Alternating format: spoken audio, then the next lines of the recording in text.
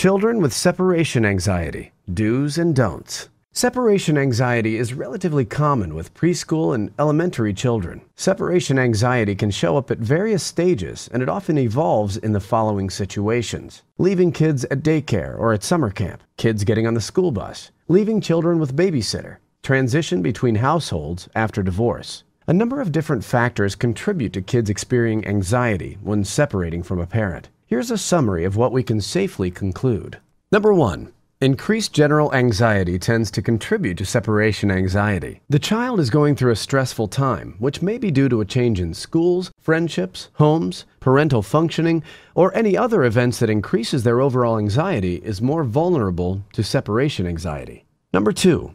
The more overprotected, the more vulnerable. When kids are overprotected by parents, they've not been allowed to experience upsets without being rescued from those upsets. This is one of the hallmark features of the overprotective child, and thus parents are unintentionally nurturing a weaker sense of self-esteem and self-confidence. Certainly, parents are not doing this with the intention of creating a child who's more emotionally and psychologically vulnerable. It's just that this is the ultimate consequence. Number 3. Parents who overreact to their children's anxiety promote separation anxiety. Some parents are highly sensitized to every emotional reaction of their child. They tend to impute adult feelings into their child's emotional state. When their child is crying, they impute a level of emotional distress consistent with what an adult would feel. This is simply not accurate, and it leads to parents overreacting to the slightest upsets on the part of their children. This interferes with a healthy response, which allows children to easily and quickly resolve their separation anxiety.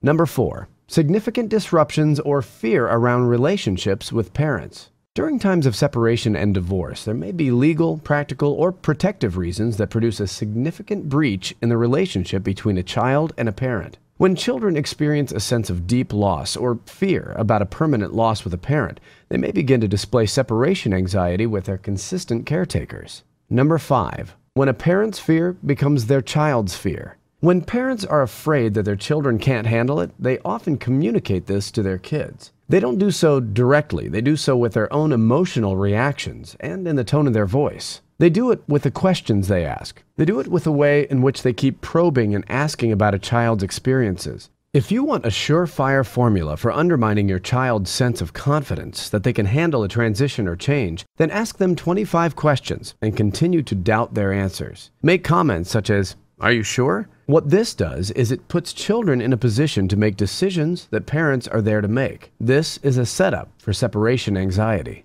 What can you do about it? Number 1.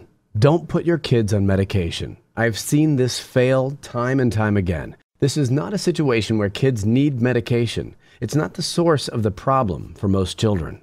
Number 2.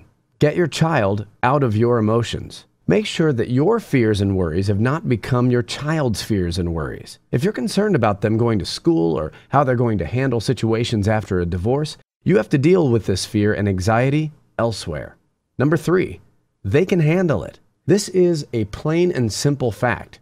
Your kids can handle going to school. Your kids can handle being left at daycare. Your kids can handle going to dad's house or going back to mom's house. Your kids can handle it. You must exude it. You must speak it. You must let your kids know. You must let yourself know. Number 4. Make transitions short and sweet. The most significant mistake you can make would be to have a lengthy goodbye. The second biggest mistake, which is similar, is to ask lots of preparatory questions and offer a huge explanation over and over again before a transition occurs. Both of these are certain to lead to failure, as they communicate your sense of uncertainty about whether or not your child can handle this. Number 5. On the other side, make sure you don't engage the upsets. Every elementary and kindergarten teacher knows this. When your child walks into the classroom with you standing there at the door and your child starts to sob, they ask you to leave while your teacher walks with your son or daughter into the classroom. Within 5 minutes,